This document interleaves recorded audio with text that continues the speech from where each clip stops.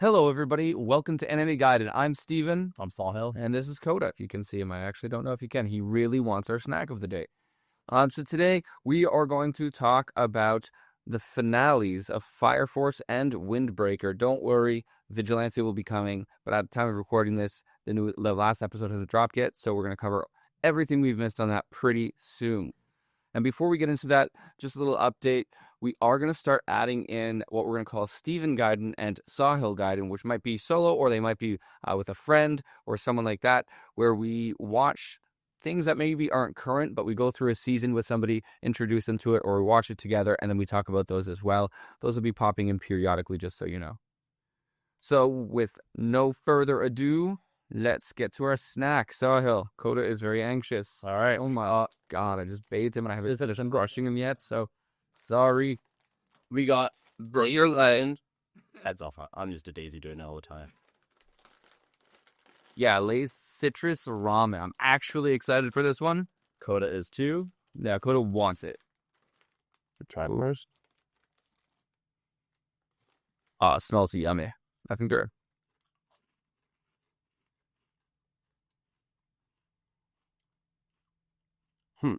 I don't mind it. Kind of like it. Yeah, I have another one. I did another one. My girl. Okay. Second chip's better. Okay. Like, Yeah, which chip, bro? I don't taste the ramen. Definitely taste the lime. It's good. I get like the savory brothy flavor. Yeah, okay, yeah. And then the lime after. But the first chip is just like kind of odd. Just like smacks your tongue. Different. But the second chip, you get more of the flavor. I would compare it to those shrimp chips where it's very subtle. It's on Bills. Mm-hmm. Have some more. I'm serious, I built. I will have it. Coda likes it. You want more? Yeah, I like this one. I don't know. They go. I would give this an 8 Oh, yeah. out of 10. It's like got a little bit of like saltiness, that little bit of citrus flavor, and a really good savoriness of the broth. It's not overpowering where you just don't want to stop. Like, Yeah, don't expect like full ramen flavor. Just kind of, again, has like that bit of a brothy flavor, but it's actually quite good. The first chip's a bit weird, so definitely have a couple before you judge it if you try these. But very good. I would say that's a win. I'd eat that. 8 out of 10. I might try that again, actually. Yeah. Which I cannot say for most of the things we've tried, to be honest. I'm not going to lie. I'm hungry as fuck. So, Yeah, keep going, buddy. Keep going. We should have brought a bowl. I'm not used to bringing a bowl because we're used to just not eating the roast. But, okay. We want to talk about One Piece a little bit. One Piece is going crazy. Sorry, the manga, yeah. So, sorry, the manga, we're not going to spoil anything, but do go into it if you can. There's crazy, crazy lore drops. The whole, Elbaf arc has been just wild with lore drops, but right now specifically you're seeing some crazy characters, like an introduction of another member of Gold D. Rogers' crew. Yeah, there's that. Yeah. There's like powers from, let's say, the evil side and different characters showing up that you would never have expected to show up right now. So let's just say massive characters. If you're not caught up, yeah. If you're not caught up, now would be a good time to catch up, especially because I feel like it's coming to an end, like this part. Like I feel like there's gonna be a quick stop to it. You know? Elbaf, yeah. Yeah, I think it's gonna have like crap. What is the island called? When they all got split up right before the time skip. Oh, Egghead? No, before time skip. Oh, time skip. I'm blanking on it. Where they all got split up by when they were fighting Kizaru. Yeah, I'm trying to remember. Anyway. Right before the time skip, when they all got split up, where it's like, oh, things are building, and it's building to like past what the crew can handle. So then there's like, boom, something just suddenly ends, so they can get time to power up. That's kind of what it feels like is happening right now, and at any moment could just like stop, pop off, or stop. I think stop. Whether it's like in some way going to a training arc, or whether it's the bad guys have to run away. It's just one of those where it's like the negative side of things is built so much at this point that it's like, I don't think the current Straw Hats can handle it. I know there's been a lot of people that have been talking about a potential time skip coming up, so this might be that time, might be what they're building towards. But even if not a time skip, I feel like there have to be at least something like Wano, where Luffy faces Kaido, gets absolutely dog ears by Kaido, and then like there has to be a period where it kind of resets. And we also have a potential new member of the crew. Potential. Yeah. So yeah, You know? crazy stuff. Crazy stuff. Definitely time to catch up. We haven't read today's episode as of filming, but chapter, sorry, yes. But it's going to be good, I'm sure. In fact, I genuinely wouldn't be surprised if it's basically the last chapter before this arc more or less comes to an end. Probably this chapter, the next one. Yeah, like it's crazy. Okay, so let's get into Fire Force. So it's been a while since we've talked about Fire Force. I mean, it's been a while since we've talked about anything. So we have about 3 episodes to cover of Fire Force. Just to give us a quick rundown of what those are, we have episode 10, 11, and 12. So during this, we're talking about a lot of breakthroughs with Shinra and Benimaru.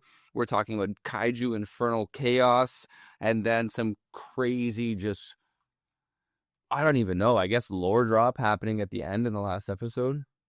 Like the end of the last episode. And then obviously a slight time skip at the end of the last episode too. Kind of. We'll get to there. It goes backwards. No. It said it goes back. No, it goes backwards, but then it goes forwards? Yeah. Didn't you notice the last scene? Yeah, I wasn't sure what happened though. It was like 6 months later after. Yeah, say 6 months later. It's like now there's like 6 pillars up. So I completely misinterpreted that.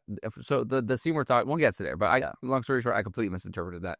Right now, but now one thing we talked about, we did talk about Arthur's quest last time in Excalibur and what we thought of that. But we didn't really talk about what was happening at the end of episode 9, which wasn't super relevant at the time, but during episode 10 they go a lot more into it. No, it's more like Shinra training with Benimaru. Oh right. To further the Adola burst, because he was training him on essentially how to like clear his mind to access Adola, and it was something that Benimaru was never able to do. And then Shinra had like a big breakthrough where he saw Shu, which kind of like freed Shu up from that control again, which turns out to be a huge thing. Which I asked the thoughts about. What are your thoughts? I kind of want to go over everything first and then have some thoughts. It's kind of the same issue I have, just at different moments. Okay. So yeah, I thought that was really like it was nice to bring Shu back. Mm-hmm. Because it's like so long since we've properly seen anything of him. It was be like, oh, okay, Shu is actually back in action. This is happening, and then to see him like slowly find his way back to helping Shinra and ditching the evangelists and the White Cloud, that was pretty cool. What was the Arrow chick's name? I never remember her name. Yeah. And she's pretty much there to just protect Shu. Yeah, and she kind of goes with him and really thinks the same as him. The Kaiju Infernal thing, I really don't know how I feel about. Like, the episode was sick. The animation was awesome. And it was really cool to see the way they took it down with the soot and everything. But it was weird because, like, it was hard. I did have a crying baby at the time when I watched this episode. But as it was going through, like, so Shinra rushes to help, right?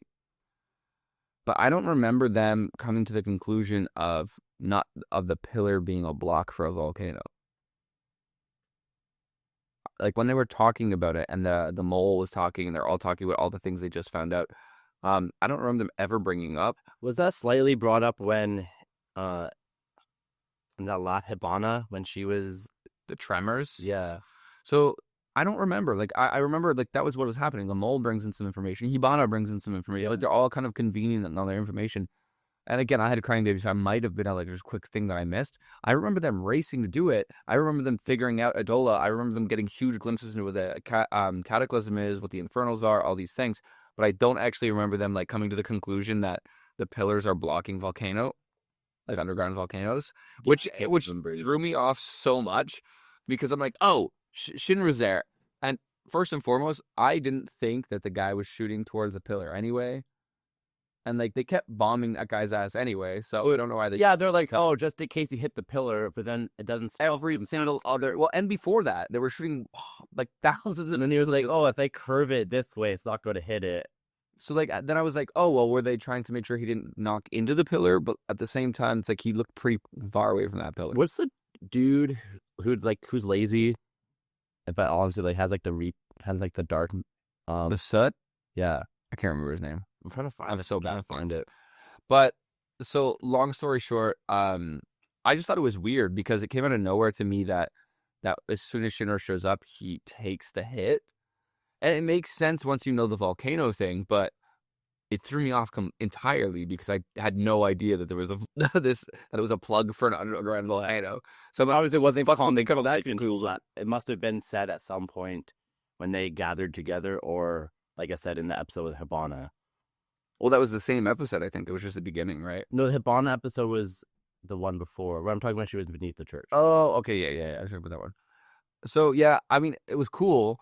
I also love how this guy goes in and just like finds some cracks in his arm and just rips him from the inside out. I want to try to find his name. That was He's one of my favorite characters. I didn't like how when he first showed up. When he first showed up, for sure, but then like when you actually see how powerful he is, and then what actually motivates him at the end is just money. Yeah, and his job. Well, here's the thing. Like, when he first showed up, it's just like, I love torturing weaklings. It's like, Yeah. you're trying way too hard, bro. Like, you're not as intimidating as you think, whatever. Like, it just seemed really extra. I didn't really dive in or buy into that, like, part of the story. But this time, like, yeah, the way he was fighting was really cool. At first, I was like, how is this guy even going to figure, like, how is he going to fight the kaiju better than any of these other guys? But, I mean, damn, he did well. And then the fairy introduction, bringing fairy in, and he's just like, well, that name is actually literally Arrow. Oh, yeah. Like fairy, like I have so much points of contention with fairy because, again, we've been talking about how sometimes they do such a good job of bringing in like exaggerated real science to things, where some of it was accurate and that some of it's accurate. I don't know if all of it's accurate. Well, I mean, like that thing with gold a few episodes. Yeah, that's how it was. Well, it's usually based off something real, but it's exaggerated to make it work for the thing, which is fine. That's fiction. But the gravity one, I'm like, okay, so that one does yellow. Accelerated molecules do increase heat. And I could be wrong about this. It's been a long time since I've done anything with chemistry. But accelerated molecules, like molecules vibrating faster, does increase heat. But does that increase gravitational pull necessarily? I don't think so. The other parts of that is even if how that would it doesn't increase mass, which is what would increase gravity. The other parts of that is even if it did, if his powers have to be heat based, like, I don't know. This one just doesn't make sense to me. It seems really OP. Doesn't make sense to me. But even more so, I don't think it's more OP than Shu's power. Yeah, Shu's power is definitely probably one of the strongest. Also, like, if this guy... Shu should have been able to take him down just a little easier. He could freeze time. Yeah. It doesn't matter. I just don't understand how he struggled that much. Yeah, with the help of Arrow on top of that. Well, I mean, Arrow really just got him there, to be honest, in all fairness. But the other part is his whole like idea of, I'm bending light around myself by adjusting gravitational forces. Are you a black hole? Because if you are, why haven't you just won? Why do you need to burn everything? If you want it destroyed, just kill it. Yeah. Yeah, I know. There's a lot of things in Fire Force. It's a cool show, but a lot of things just don't really add up to me, and almost kind of seems like lazy writing. One thing I want to talk about, which is now kind of going back an episode or two, is with Arthur's past running into his parents. Oh, that was so sad. It was sad, but it's like his parents conveniently were in the void. Mm-hmm. That the place was called, right? The underground subway system. I don't remember. Yeah. The Nether? The Nether, that's what it is. I'm watching so many different animes right now. I'm catching up. I'm kind of confusing shit. But, yeah, he shows up to the Nether looking for that fake ore to build this. Orichalcum! Orichalcum, is that what it's called? Yeah, it's like a fictional ore. And then, again, like, he just happens to run into his parents who he hasn't seen since he was a kid. And they just happen to have a piece of an old fucking rocket. And his dad just happens to has this power that he can, like, foresee things. Mm-hmm. And that's how he knew that Arthur would be there. Mm-hmm. I'm like, I don't know, that's a little lazy. What we were just talking about, that seems a little lazy. And even in regards to, what was the first point you brought up? A show. With the Adol Link, a show snapping out of his his like a hypnotized state or whatever. That also seemed a little lazy. I feel like if they had a little more time, they could have spent a little more time with each of those. Yeah, which bothers me because like if you're gonna do like 2 halves to 1 season, which that trend I fucking hate. Which every show is doing right now. I hate it. I hate it so much. Like make me wait an extra couple months. I don't care. Just like just drop it. I just want to watch it. But the other side to that is like you see it in the power systems, right? And it happens very commonly with writers of any kind when it's it starts out. Actually, Fire Force is a really good example of it. When you look at the pyrokinetic powers early on, they were all like cool, unique, tweaky things that make sense. Get the guy who manipulates the fire to adjust the trajectory of bullets and stuff like that. You have what's her name? Mato? No. Oh, sorry, I was watching Tokyo Ghoul 2 and Mato is in my head. Anyway, so you have her who's like got the little spirit flame figures going around and all this stuff. You have the cat girl. You've got like all these like a little bit more interesting fire related abilities. Yeah, that are simple, make sense, but they're tweaked to be now you have cool and interesting. Gravity. You have, and you're just trying to make people more overpowered, and it's like, God damn, that doesn't really add up. They've just made Shinra the Flash, like the hell. So that's a huge big thing. Also with the rocket piece of the rocket they found for the ore. Yeah. And they're like, oh, it can only melt at this certain degree. But then when they're building the sword, he like literally just has it in the fireplace, melting away. Yeah, he's able to forge it regardless. He doesn't need the volcanic power of Mountain Doom. Yeah, or like in the Avengers when they use a sun to melt and like create the axe. Yeah. Yeah, it's just crazy. It's definitely like got ahead of itself, maybe jumped the shark a bit. I'm still excited to see how it ends, but just the pacing, entertaining, but yeah, just the pacing of the season is crazy. Like I was so hyped at the start for the first like 5 episodes, so sick, loved every second of it. Then it goes into like a little bit of what seemed to be kind of like an unnecessary cooldown. Like at that point, this late in the game, should you really be going into like slice of lifey 2-second half training arc bullshit? Like I don't know about that. The pacing seems weird. They could have talked about it, they didn't have to actually show it. Or they could have just done the upgrades and the pacing and stuff before. Yeah. Right? Like they didn't need to. We already knew that the characters, like they didn't need to show our characters. They didn't have to have Burns get stolen and then our characters go and save Burns just to show that the Evangelist and White Cloud are significantly more powerful than like Shinra and the rest of the gang. Like they could have we already knew that. So they could have just done the training arc ahead of time. So that way they could just go through it properly. Yeah, and again, as we talked about before, Burns was kind of just a waste of a character. Yeah. Like he was OP, but really in the end, what did he do? Yeah, they threw him. Well, that's the part. They threw away such a great character for that purpose too. And I don't think it was a cool fight. There were cool flashbacks. I don't really think it served a huge plot purpose. No. Like it did the way they set it up, but like they could have just, again, not. Then it would have just went well. But I think there's also something we talk about now. Shinra jetting back to the past. It's like, oh, I might have the power to see the future, but you have the power to see the past. The power to see the past. I'm like, in theory, let's assume for a second that he can move fast enough to time travel. Well, he would be able to see both. Because otherwise, how would he get back from the past? Yeah, like I imagine he used that chick's ability to help get there. Like it was almost like a gateway. Well, she can't do anything with the past, though. Yeah, I don't know.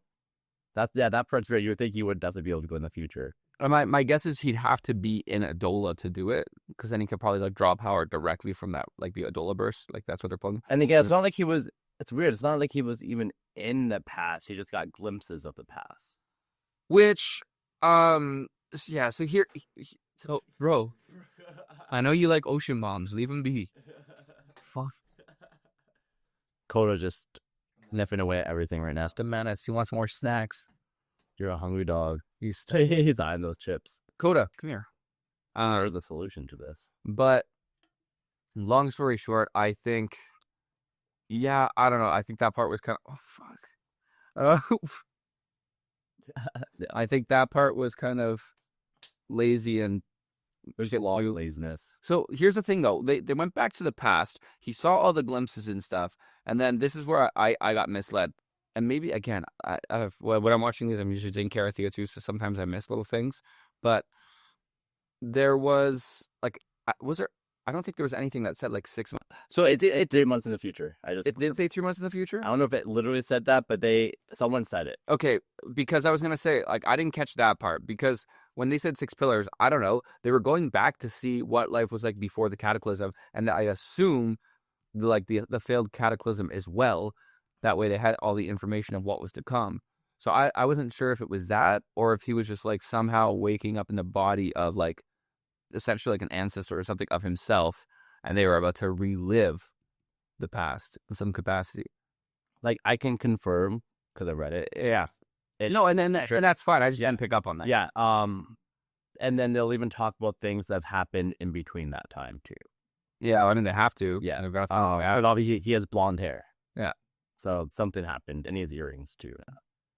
Yeah. So yeah, I don't know. We joined a punk rock band. Yeah, right. Season review, like you said, starts off strong. Mid-season review because it's only had right. Mid-season review starts off strong, ends off weak, in my opinion. Yeah, it's still just cool tapers to off, watch, but it just tapers off so quick. Again, like the mid-season stuff, just it seems like why is that happening in the last season? It just doesn't make sense. It doesn't like it just wrecks the. The one thing I do understand is they're taking more time creating these episodes because of the level of animation. I don't care if they're taking more time, but like, just make it like I'm just saying, story-wise, it doesn't make sense. Oh, I agree with that. Yeah, I think they're trying to draw things out. Like, look at Attack on Titan. Yeah, how long did it take for them to finish that last season of Attack on Titan?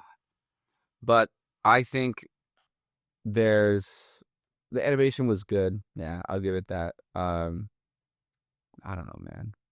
I would still probably give it a 7. It is a 7, but the just thing, based on the first 5 episodes, it probably would have been like an 8 point. Yeah, it was trending high, like an 8,500. Yeah, no, it definitely trending high. Plot wise is what fell off for me. And that will be one of my biggest issues with another one we'll be talking about soon. I also just think that like the way they ended it, sure, it's a cliffhanger, obviously, but because they were so lazy about how they did the travel to the past thing, like there are parts of it that were cool and artistic, but it was like, again, they just kind of like, oh, by the way, you can run to the past. Okay, let's run to the past. Flash, boom, time skip. Oh, it's like, what the fuck? Like to me that's more of an annoyance of like, I don't even know what the fuck I'm supposed to expect now while I wait for the next season. That's like next half of the season. Also, one of my big issues is when he did go into the past or whatever it was, how it was real people and like real buildings and everything. And then somehow after the first cataclysm, everyone becomes animated at that point. So, okay. Before we continue that topic, aside from that, is that, do you have anything left to say about Fire Force? No. Okay. So I'm going to say, I think we both agreed, 7,000? Yeah, 7,000. Which for me is like mid-tier enjoyable. Yeah, I enjoyed it. At no point was I like, I'm not bored. I enjoyed it. I was never bored watching it, and I definitely had question marks.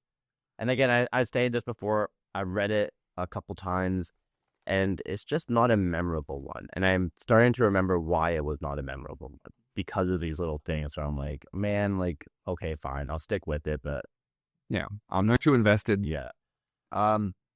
Yeah, if I hated it, I wouldn't have finished it. So let's go into 2 frames per second. My 2 frames per second is that almost everything to do with that flashback scene. It's partly that, and it's even the transition of them traveling back in time. Like, they did the whole thing everyone does where it's like, oh, quirky little light particles flashing by. But they did it very lazy. There's very little detail in it. And it's supposed to be, again, this is part of my problem. Not only was there very like little context around the cliffhanger they left up, they like just throw a bunch of things in the last 5 minutes of the episode, and then no context, no lead up, nothing. They just throw it in, and then it's cliffhanger. So not only did contextually was it weak, but that is also like the weakest part of the animation, because first and foremost, sure, it was artistic and it was cool, and there were some parts that were kind of interesting, but for the most part, it was just lazy. And even I think they probably used all their budget on the kaiju fight. Probably. So like when you think about it, Even then, there are still some scenes within that weren't great. yeah. So well, Burns and kaiju between those 2 episodes, Yeah, I would say Burns they by the burnt up their entire anime budget. But it's just it was so lazy, and I think that's probably where they came into dropping these clips of like real pictures or even any kind of still frame, because they just need to like run it through a filter, make it look a little bit different, that they could throw it on, right? So I just thought it was lazy. And again, I'm pretty sure they do confirm like what he sees is actually like real people, and that's the part that it's like, how, what? Like, I understand it's fictional anyways, and Well, even like the transition from Fire Force to Soul Eater is going to be a topic down the road as well. But so here's my thing with that. I don't know anything about how this transition happens, but if it's I have an idea, and if my idea is correct, I guess it kind of makes sense, because when there's an Adola cataclysm of some sort, there's some massive, basically universal level shift in reality. At which point, I guess that's kind of what they're trying to make, is reality itself changes, and like the perception of people changes. like, yeah, the universe itself has changed, right? And that would kind of, if that's how they go about the Soul Eater thing, that would justify the real people to animated people. And I don't know if that's supposed to be like a foreshadowing for that. The whole reality is about to shift. That there'll be key points that stay the same, and there'll be things that tie them together, but realistically, it's essentially a different universe. Yeah. Okay. That's gonna be my guess, but I don't know. What is your 2 frames per second of the week? My 2 frames first. I'm actually loud. Yeah, I'll be honest with you. I didn't really think about this one too much. It'll probably be going into Windbreaker. Like Windbreaker, right off the bat, obviously we're gonna be talking about it as a whole, but one of my few favorite parts about the show is the fight scenes. Mm-hmm. I actually really like the fights. Yeah, very well animated. Gets you hyped up. They do a good job of showing style.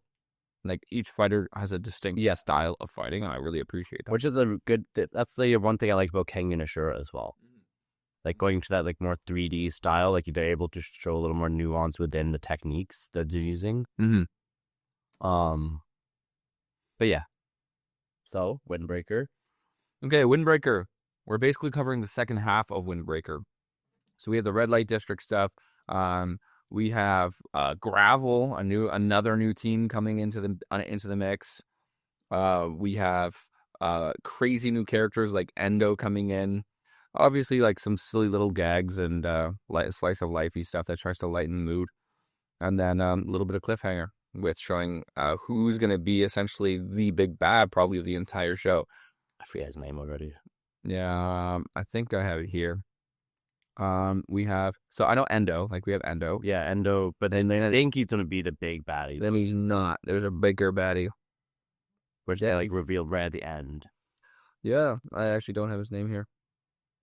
But going right into it, I actually, again, I would say the pacing for this one as a whole was a little bit better than Fire Force season as a whole, only in the sense that, like, first off, it's earlier in the show, so when they do this slice of lifey character developy stuff, like, it doesn't feel out of place. You know what I mean? Because we're not in the climax of the overall story yet. So obviously, they have the stuff with him getting sick and stuff like that, and I think where that's leading to. When I saw the episode, I'm like, okay, I get it. Yeah, he's a loner. We already knew this. Why are we showing this? But in hindsight, with the introduction of Endo and the fact that Endo is probably going to try to like take wrong thing, Sakura onto his side and stuff like that, I think that does serve purpose. A little bit slow, a little bit odd, but whatever. I think I really liked the red light district. Didn't hype me up as much as the beginning of the season started, but I did quite like it a lot. What was your thought of the red light thing? Yeah, no, I agree. The red light was kind of cool. Because you had, what was it? Tsubaki? Mm-hmm. I guess the full name is Tsubakino. But yeah, Tsubaki. Obviously showing that he's pretty strong, or did I identify as a girl or guy? Boy identifying as a woman. So should I call him she? She. would be my guess. They don't. Yeah. They don't really. They don't really. And I But like you pronouns. there's always inconsistencies with that. Sometimes they'll refer to a character as a he versus a she, and Mhm. vice versa. She's one of the strongest ones of Furin Yeah, she's one of the generals, one of the or pillars. Kings. Yeah, 4 kings. Yeah. That's it. And so yeah, again, I don't know how to say it. I like the fight scenes, but everything else bored me. Like even within the big fight scene, like they still stopped and they got into like all the sentimental stuff a little too much. And one of my biggest issues with the show right now is I don't understand the true plot. With the very last episode, it kind of gives you some sort of path what's going to happen over the next season, but I don't know. It's like I don't know what Takishi, sorry, his name was Takishi. Takichi, the big bad guy.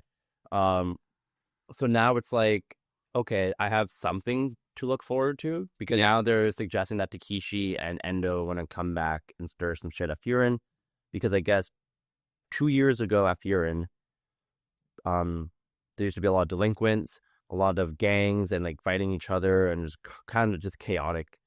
And then, Yeah, long story short, and the 4 Kings got together, tried to clean things up, but it was Takishi and Endo's crew that was the ones causing most of it. But they never actually beat them. The Endo and Takishi essentially just left. So things got better after they left. and that's when Umemiya and everyone was able to like stabilize. Like they had already started to stabilize Furin, and because of that, Endo and Takishi got bored and just left. Yeah. And now they're coming back. It's like, well, we weren't able to defeat them 4. And even with, Well, Umemiya had never even fought Endo. but he fought Takishi and lost. Yeah, and Takishi, he was saying Takishi's probably the strongest person to have ever even been at Furin. And they also suggested that Sakura was going to fight Endo. So maybe suggesting Umiya is going to be the one to fight Takishi. Yeah, I think that's how it has to be. And I'm assuming he'll probably lose, and Sakura is going to probably have to come back and then fight Takishi. I hope not. I hope they don't go. That's too like typical. Yeah, you can't have the main character beat everyone at this rate. Not when they're. I just have a feeling that that's what's going to happen. I wonder if they're gonna do like a part where Sakura actually does end up going to the side of Endo. But here's the thing: I don't know if they're necessarily recruiting him. I think Endo was just trying to like just get him to leave as they did. Oh, He was actually straight up trying to recruit him to their. So sorry. Yes, by go to the side of Endo, I just mean more the darker side of things. Like I don't necessarily mean like partnering up with him, but I mean kind of like going the solo route, ditching him, and like going back to his old ways rather than this. Like that's got to happen. And I feel like it might be one of those things where he realizes for him to take down Endo and Takishi, he's gonna have to leave them, do his own thing, get stronger in his own way. Well, I think it's gonna be very much like Izuka leaving the academy. Yeah. I think it's very much gonna be that, and then all the friends come up and back. Like I think that's what's gonna end up happening at the end of the day. But I'm honestly excited to see what happens with that. I would agree that like the red light district, like the fights and stuff, the pacing, it was way too long, and I do feel that the show as a whole, throughout 2 seasons, accomplished what I feel like it should have been able to accomplish in 1 season, which was like introducing you to all the big characters and then kind of setting the tone for what the whole show. Really have too much in between slice of life stuff.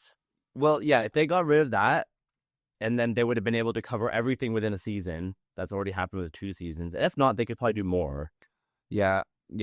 I mean, it's kind of hard because they're doing 12-episode seasons, which I know is common now.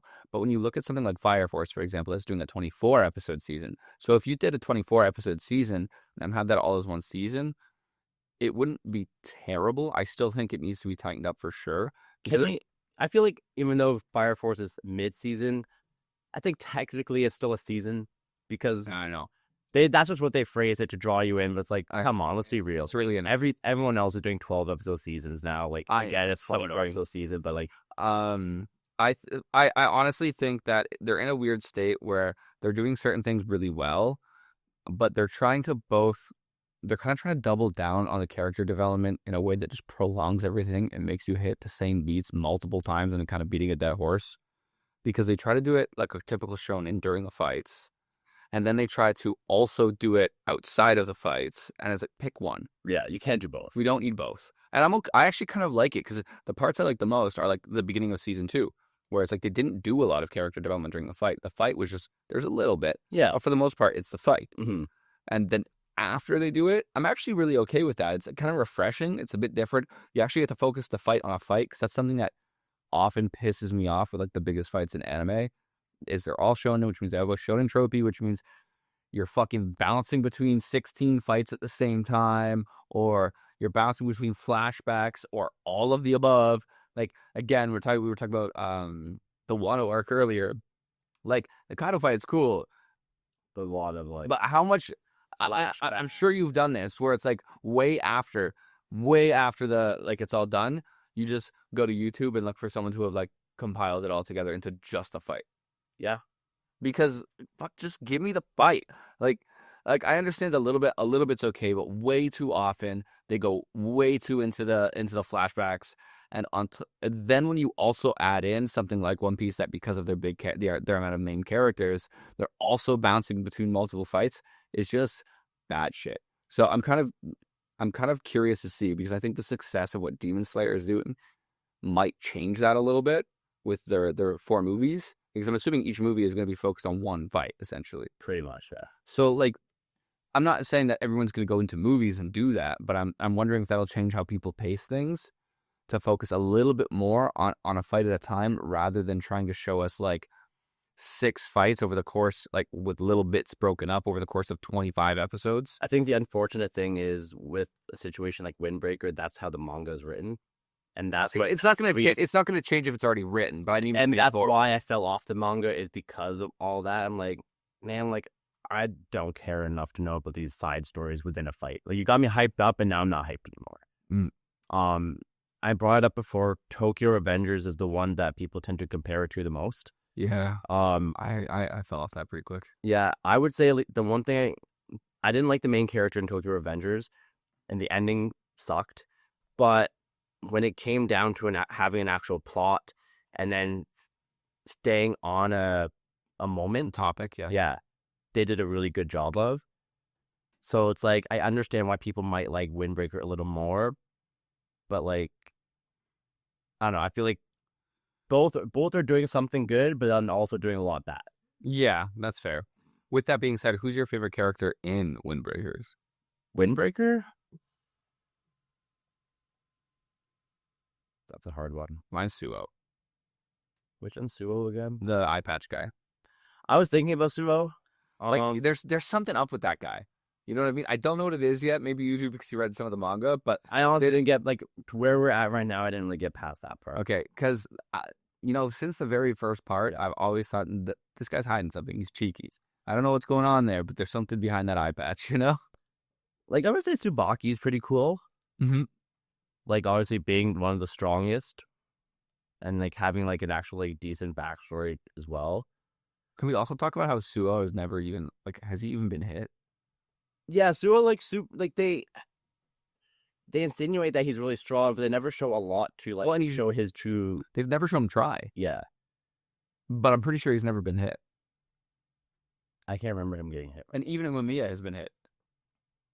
Like, that's just what I'm saying. Like, there's so much unknown about this guy, but he seems to be, like, ridiculously underplayed, ridiculously OP, but he's, like, intentionally taking a backseat.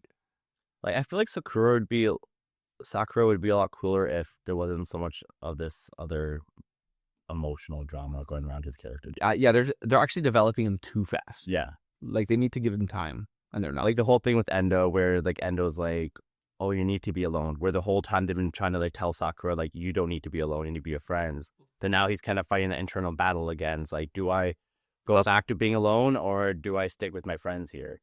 And then why am I covering this again? It's also been like, what, a month that this guy has been in this school? Yeah. And apparently his entire fucking perspective on life has changed. Yeah. I don't know about that. I think they're definitely rushing. And the whole thing about like even Endo being like, oh, I saw you fight, and you're avoiding everyone else to attack that one guy, and I think you have the most potential out of everyone here. It's like, what? Like, I'm pretty sure Suo does. Maybe just Sage. Like, I'd tell you Suo's a sleeper agent for sure. But like, they're implying things that just aren't something that you see as an audience. Yeah, they're not justifying it. Yeah, they're not giving you enough to buy into. Because then I haven't seen enough from Sakura to really say he's the strongest or anything like that. Because even the dude with the headphones, he's definitely stronger than Sakura right now. I think they're also looking at like, they're putting a lot into seniors and age and classes and stuff like that. So I think him saying that isn't him saying that Sakura is the strongest. Yeah, but potentially. But that's what I'm saying. What does he see in that? Because there was like the whole Gohan Goku thing. Yeah, but what does he see that gives him the idea that he has the most potential? Is my question. I think it would be putting back to when they were fighting Keel. Because remember, there was the moment where like he kind of like tweaked. Yeah, and then he took out a whole bunch of people. Right. So my guess is it would be something like that, or even just seeing that like he was distracted and holding back because of all these other things, but still able to hold his ground so well. So that reminds me of a character in Tokyo Revengers who is kind of crybaby, but then when he's actually like, they don't really reveal this till later on, but then as soon as like shit goes crazy, he's one of the strongest. Look, lightning guy from Demon Slayer. Oh yeah. I wouldn't say he's one of the strongest even when he's. You would say all I'm saying is anytime he shows up, it's like 10 seconds and he's won. But I guess the question is, would you say if it was what's his name again? The main character? No, I'll talk about the lightning guy. I don't remember his name. It's on the tip of my tongue. What are the three? Inosuke is the. I'm so out of head, bro. Tanjiro is the Tanjiro and Inosuke, you got it correct. So Tanjiro, Nezuko, which is the sister, Zenitsu, yeah. From the three of Zenitsu, Tanjiro, and Inosuke, would you say at their best, is what you're saying, Zenitsu is the strongest? So here's the thing. I think Tanjiro, being the main character, is also obviously being given like an OP power set. Yeah. In the sense that he has access to more than one breathing style. So I think right away there's a lot of plot armor surrounding him. So Inosuke, I think Inosuke is like base powers probably by far the best out of all of them.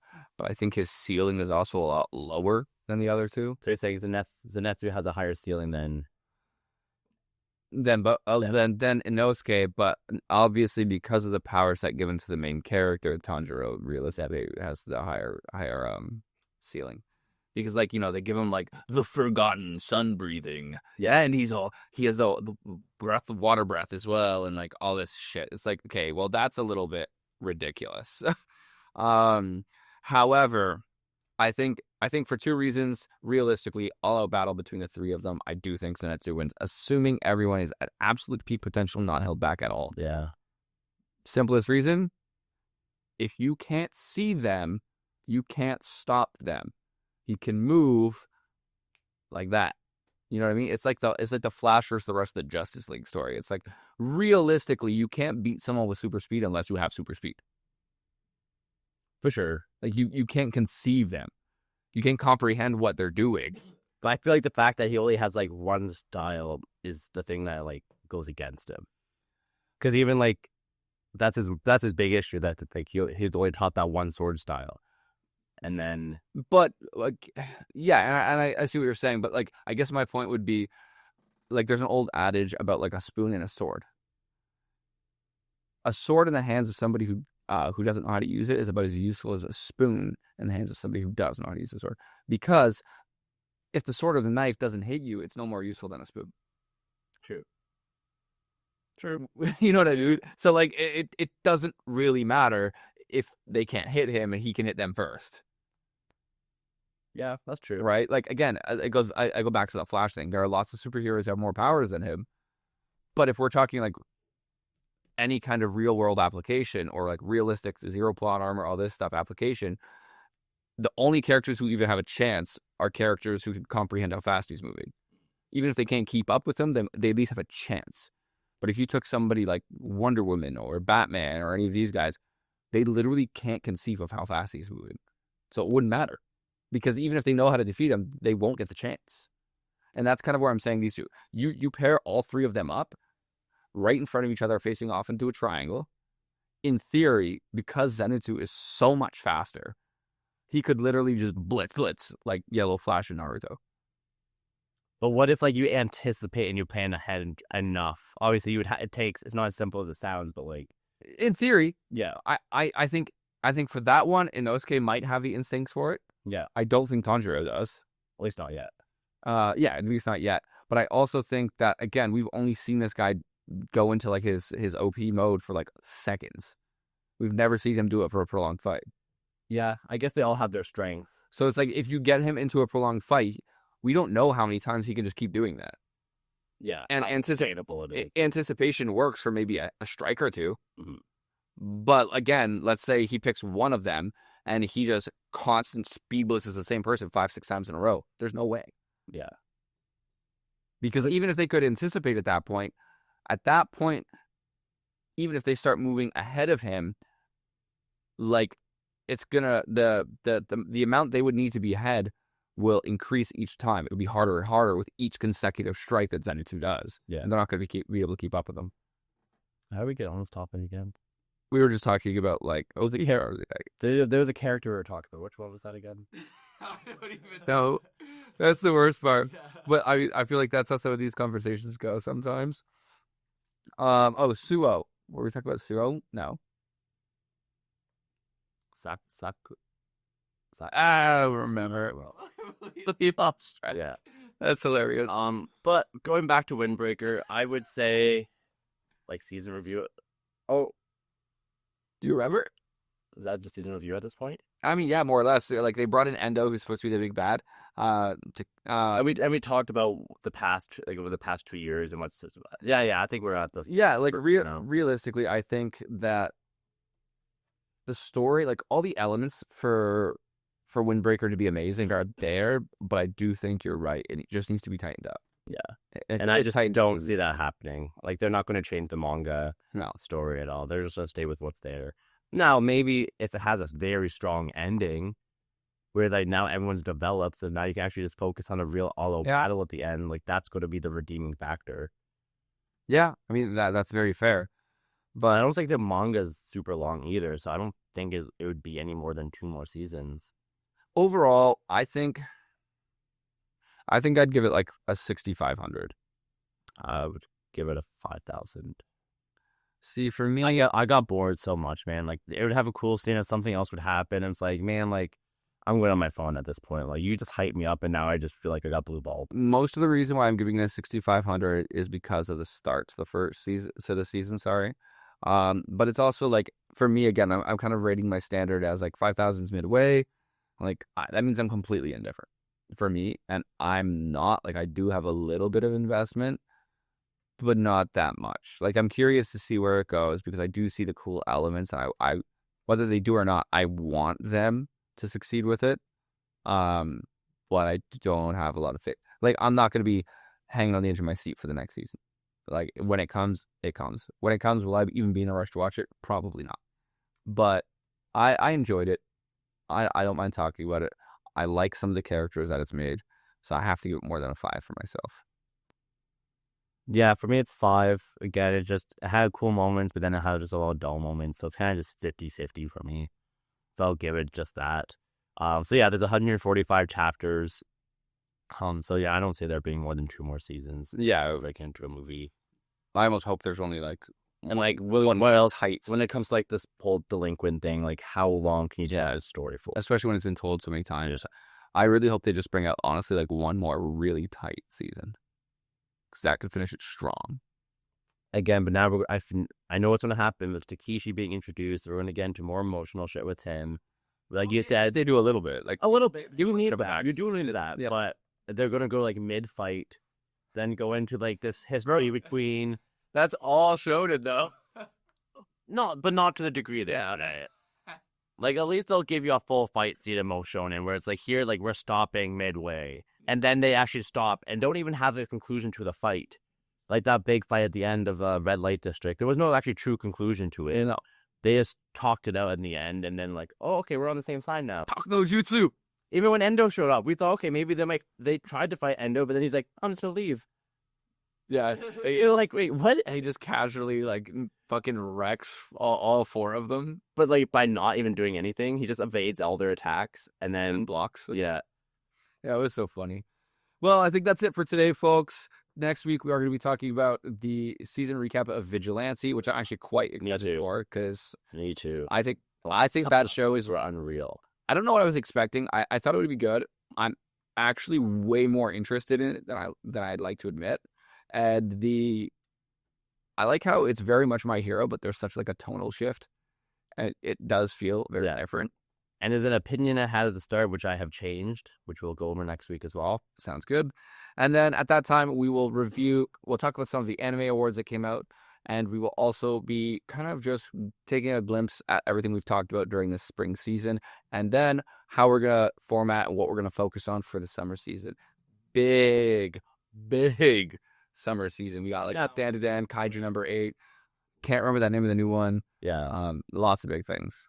And again, it'd be one of those things, if something starts off shitty and we're not interested, they'll drop it. Yeah, Witch Watch, we're never watching that again. Yeah, that was rough. Yeah. I know you said you were watching Kaiba. I never got around to watching. Oh, Yaiba? Yeah. I watched some of it.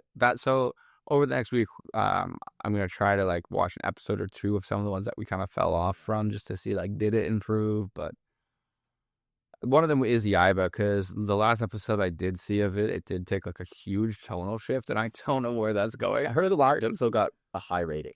So yeah, I'm curious to see where that goes, to be honest. Plus, I know Yaiba's been done multiple times. It's just a remake. Yeah. Coda wants our episode done.